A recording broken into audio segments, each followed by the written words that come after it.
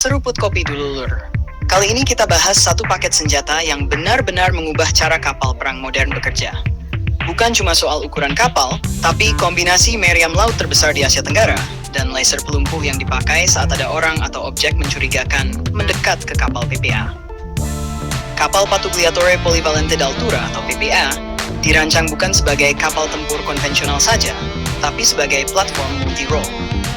Kapal ini bisa patroli jarak jauh, pengamanan laut, sampai tempur intensitas tinggi.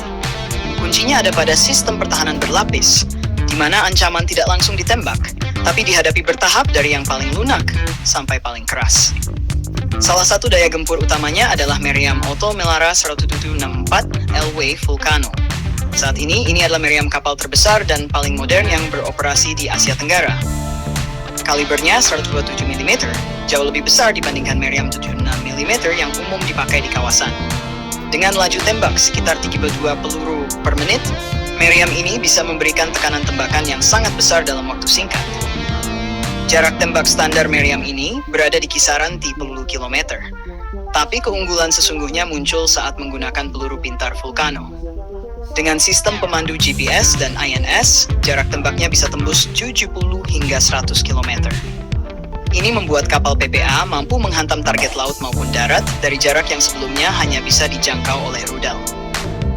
Akurasinya pun tinggi sehingga efektif untuk menyerang instalasi pantai, radar, pusat logistik, hingga kapal permukaan musuh. Meriam 127 mm ini bukan sekadar senjata besar, tapi bagian dari konsep Naval Gunfire Support modern. Kapal bisa memberi dukungan tembakan ke darat tanpa harus mendekat ke zona berbahaya. Dalam konteks Asia Tenggara, kemampuan seperti ini memberikan keunggulan yang cukup signifikan. Sekarang kita masuk ke bagian yang sering bikin salah paham, yaitu laser pelumpuh.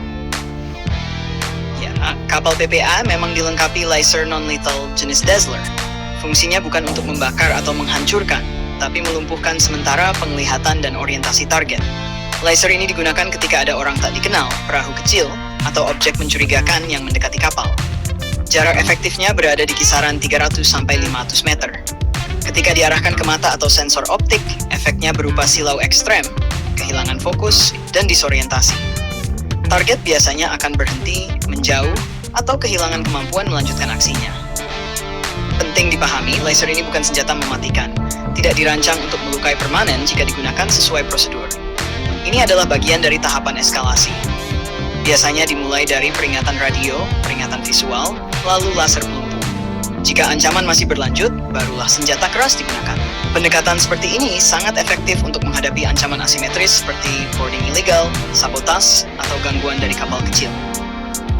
Keunggulan laser pelumpuh adalah sifatnya yang senyap, presisi, dan murah dalam jangka panjang.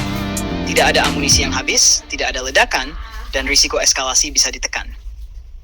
Selain manusia, laser ini juga efektif untuk mengganggu kamera, sensor, dan drone jarak dekat. Ketika laser pelumpuh dipadukan dengan meriam 127 mm, kapal PPA memiliki spektrum kekuatan yang sangat luas. Ancaman kecil dan dekat bisa ditangani dengan cara non-lethal. Ancaman besar dan jauh bisa dihantam dengan daya hancur besar dan presisi tinggi. Semua itu berada dalam satu platform. Inilah yang membuat kapal PPA masuk kategori kapal perang modern dengan standar NATO.